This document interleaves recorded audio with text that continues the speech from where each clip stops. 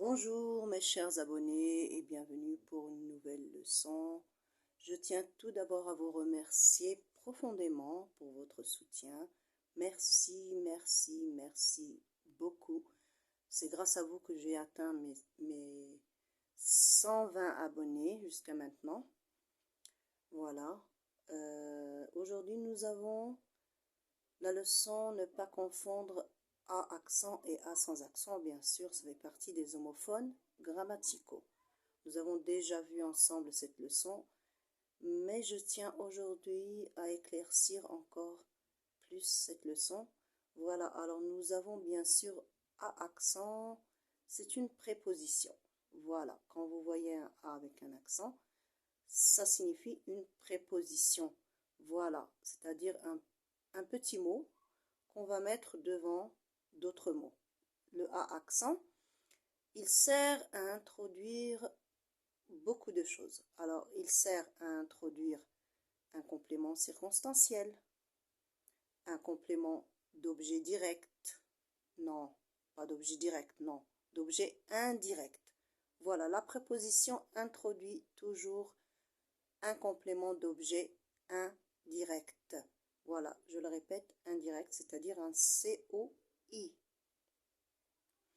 Voilà, ou bien la préposition à accent peut introduire aussi un complément du nom. Voilà, alors le complément du nom, il sert à compléter bien sûr un nom.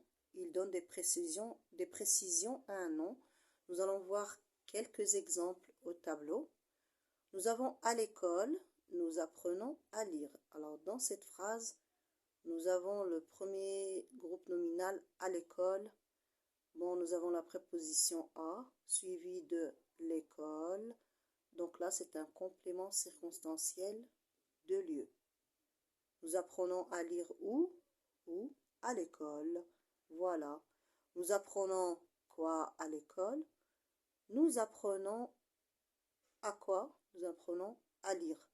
Donc, à lire, c'est un complément d'objet indirect. Là, vous pouvez constater bien sûr la préposition à accent. Deuxième phrase. Je prends mon petit déjeuner à 8 heures. Alors, je prends mon petit déjeuner, je vais poser la question quand? Donc là, le complément circonstanciel, il donne des précisions sur le temps. Je prends mon petit déjeuner quand? Ou bien à quelle heure? À 8 heures. Donc c'est CT, c'est-à-dire complément circonstanciel de temps. J'aime la glace à la vanille. Là, bon, j'aime la glace à la vanille. Donc là, faites très attention. Ce n'est pas un complément d'objet indirect. Oui, c'est vrai, il y a la préposition à accent.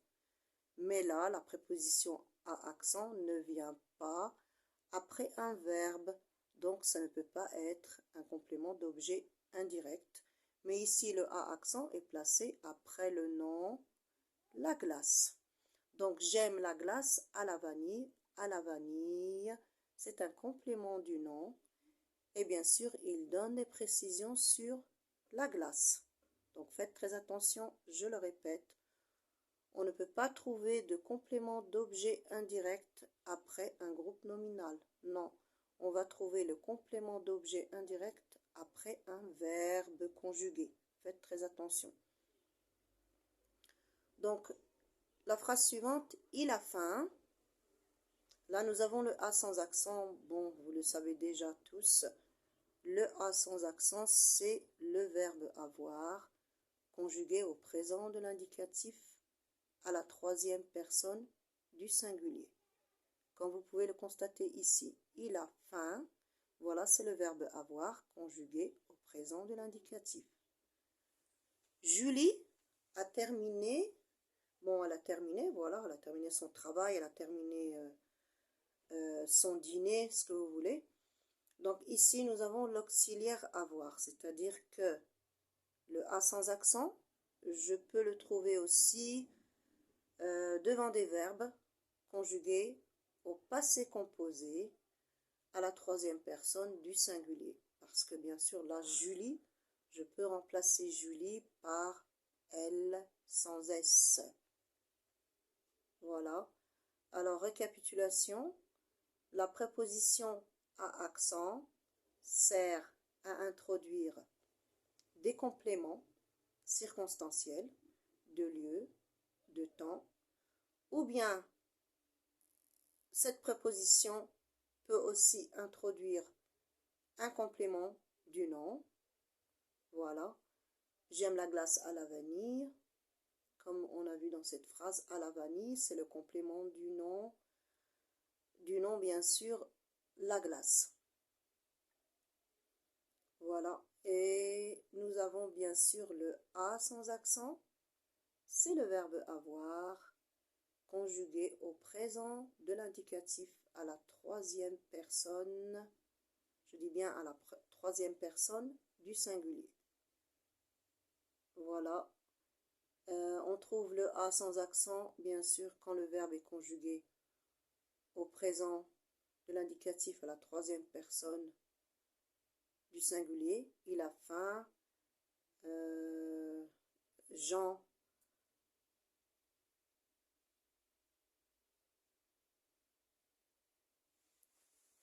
a fini. Alors, on a dit là, si on dit Jean a fini, c'est-à-dire que là, ce n'est pas le verbe avoir conjugué au présent de l'indicatif, mais c'est le verbe avoir, bien sûr, en tant qu'auxiliaire, voilà, et placé devant un participe passé.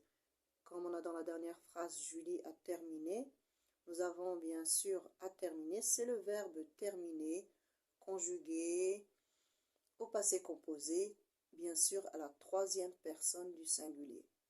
Julie a terminé, la maîtresse a expliqué la leçon, etc. Voilà, donc faites très attention, ce n'est pas très compliqué, il ne faut pas mélanger A accent avec A sans accent, il ne faut pas se tromper. Alors toujours je regarde le A, surtout le A avec accent, il est placé devant quoi? D'accord? Alors à l'école, bon là nous avons bien sûr, on a dit le lieu, c'est l'endroit. Et je peux faire plusieurs phrases. Je vais à la piscine, je vais à la mer, je vais à la bibliothèque, etc. Donc là, c'est, bien sûr, on va parler du lieu. En général, le A accent, bon, il nous indique un lieu. D'accord? Je vais à la gare, je vais à la mer, je vais à la piscine, je vais à la poste, ce que vous voulez. Nous avons aussi, on a dit le A accent introduit, bien sûr, un complément d'objet indirect. Bon, le bébé apprend à marcher. Et vous allez bien sûr constater que le A accent, quand il s'agit d'un complément d'objet indirect, en général, il est devant un verbe à l'infinitif. Le bébé apprend à marcher, Mustapha apprend à parler anglais, etc. Donc faites très attention. On peut trouver aussi le A accent, bon, dans un complément d'objet indirect, mais ce n'est pas obligé de le trouver devant un verbe à l'infinitif. Non, je pourrais très bien dire l'élève parle à son maître. Voilà, l'élève parle à qui? À son maître.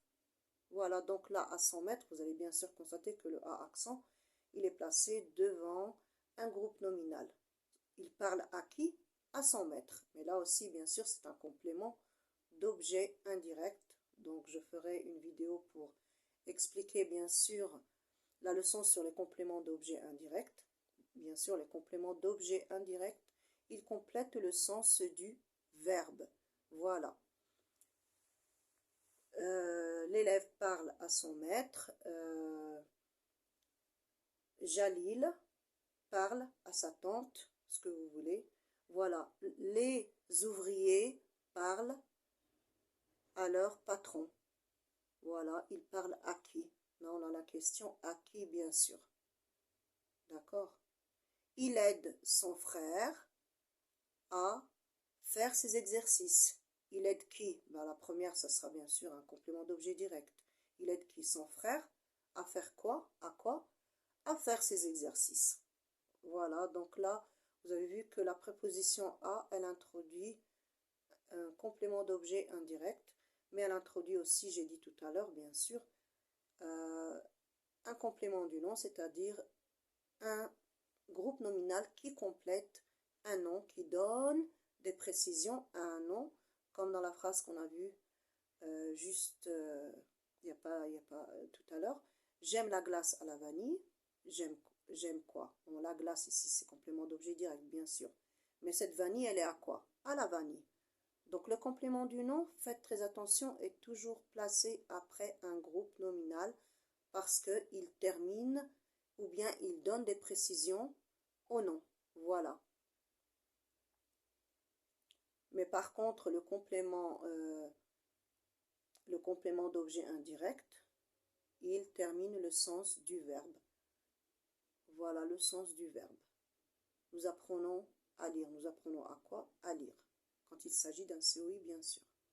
Voilà, donc on se retrouvera prochainement pour une autre vidéo où je vais expliquer en détail la leçon sur les compléments d'objet indirect. Au revoir, merci beaucoup. N'oubliez pas de vous abonner et mettez un petit like. Merci beaucoup.